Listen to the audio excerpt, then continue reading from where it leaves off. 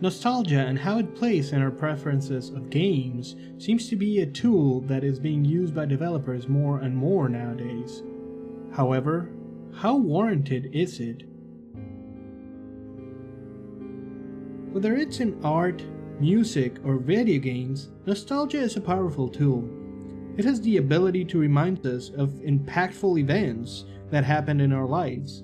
But most importantly, it has the capacity to connect us with our formative years. This is easily seen in music, where most people will listen to the music they were listening to while growing up, or just similar things. And a lot of people will get this "new music is trash" attitude, myself included. Now, I'm not here to talk about the merits of new music or games, nor compare them to the old ones.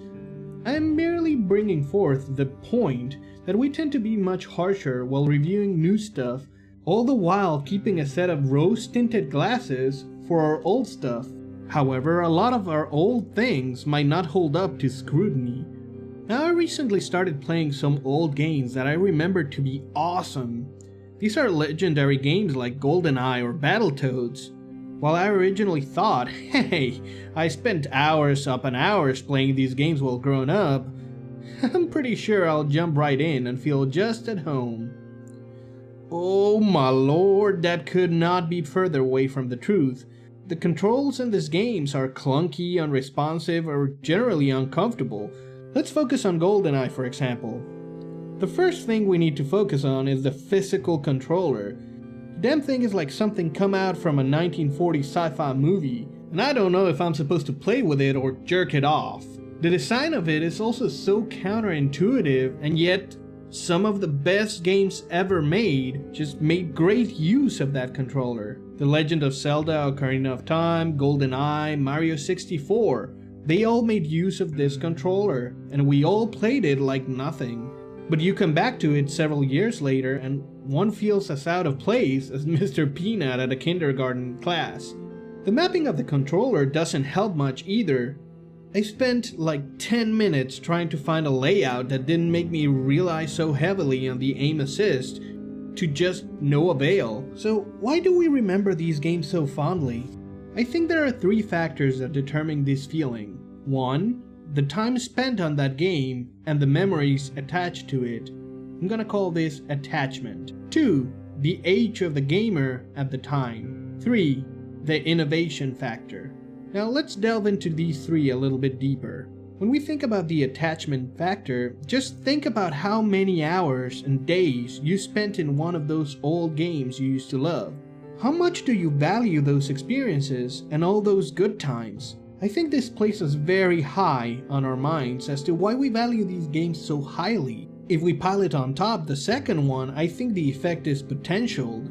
Now think about the age that you had when you got attached to some of these games. Now I think we tend to give the things we like during our formative years a pass when we critique them in retrospective. While we were growing up, we did not have as much experience or tools to effectively critique things or activities that we liked, so as long as we liked them a little bit, we end up giving them a positive review. Once we have grown up and have had a chance to experience other more varied things, it will undoubtedly taint how we look at these things. Now let's move on to the third point, the innovation factor.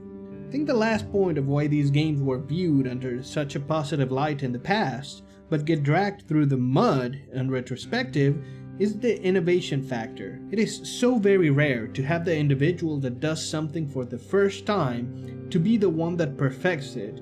Instead, what ends up happening is an individual introduces a groundbreaking idea, the industry acknowledges it, and then adapts it, improving on it as a result.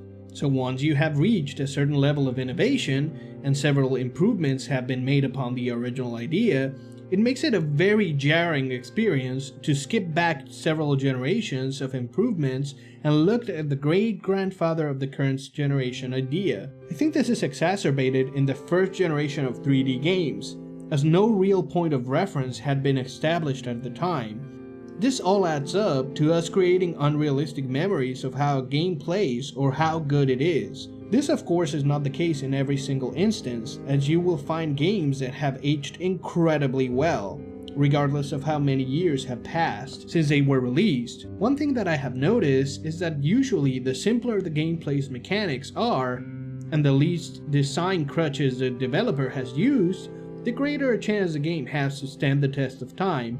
But this is all of course highly subjective, and not all of us place the same level of importance to each element. There's however a flip side to this situation, and it happens when people claim everything old is trash because it is not as good as the modern version of it. This statement is, if you pardon me, patently moronic, and it comes from an inability to understand how progress comes about, in steps. I think a better alternative to both of these is to just judge the game, taking into consideration the limitations and environment at the time of release. Once we do that, we can very easily see that games like GoldenEye, coming back to our example, which would be a disgrace by today's standards, were actually pioneers. And in GoldenEye's case, it was actually a pioneer shooter, streamlining several of the features that would become ubiquitous in the shooters that came after it. Now, in the end, even if one tries their best to remain objective while judging an old game, I think our fond memories will always end up betraying us, tainting our vision in the process. However, I think that trying to tone down the nostalgia by attempting to be objective might help one understand why those games were so damn great then, and just enjoy them like they are in a new manner now. So let me know what you think, folks. Are we letting our nostalgia glasses blind us from the mistakes developers made in the past? Or are these games truly so timeless? Just let me know what you think in the comment section below. Also, if you like my video, a thumbs up always helps. And if you like what I do regularly, consider subscribing to the channel. This is Cheps, and I'll be seeing you soon.